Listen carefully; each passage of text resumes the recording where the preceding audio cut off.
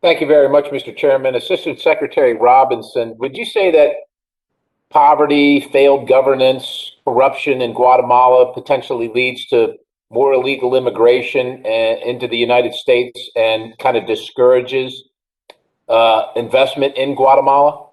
Would that be fair to say? Congressman Perry, absolutely, that is fair to say.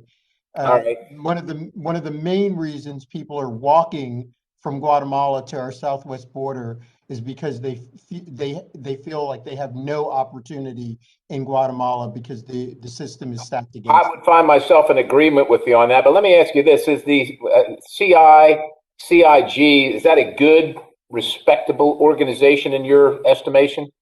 Absolutely, sir. It is, and I just want to note here, I got this picture of you presenting a check, $7.5 million, ceremonial, of course, but to this guy, Commissioner Ivan Velasquez, back in 2017, January 2017. So I suspect that kind of was worked out with the prior administration. Mr. Secretary, are you familiar with Thelma Aldana?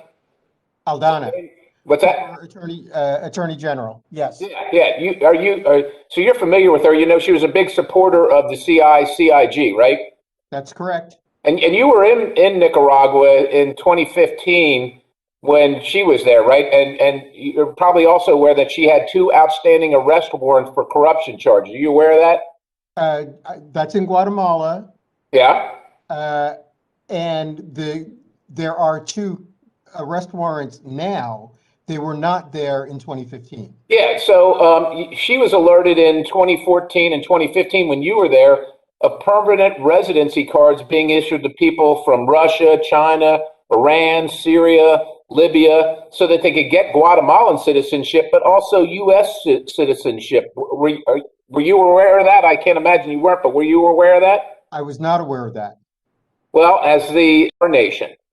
I don't know anything about the previous claims, and I do know that she is now here. Yeah, she lives in the United States of America. In the United States, under our protection because of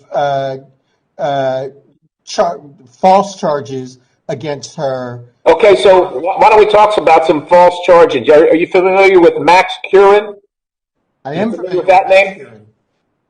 So the head of the UN's International Commission Against Impunity in Guatemala, or the ICIG, was headed by Ivan Velasquez, the guy you were handing the check to. Now they arrested this guy and threw him in a cage with a bunch of other businessmen.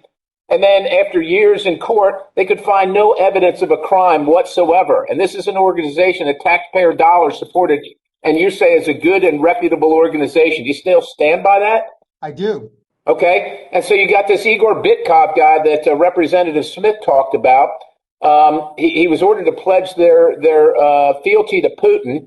When they wouldn't, their 16-year-old daughter was kidnapped, drugged, and raped.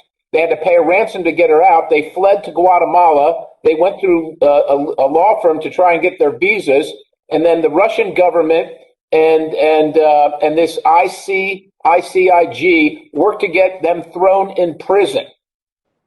How is that? How is working with Putin and Russia's thugs in the United States' best interest? And you were on the ground there when that was happening.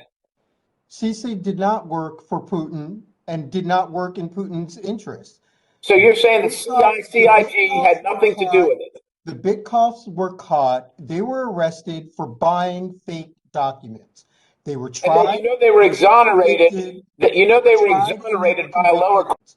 They were tried. They were exonerated. They were exonerated by a lower court when you were there, right? They were exonerated by a lower court to members of the Guatemalan Congress regarding your approved candidate for the Constitutional Court, Gloria Porras. Were you aware that she has dozens of legal complaints leveled against her?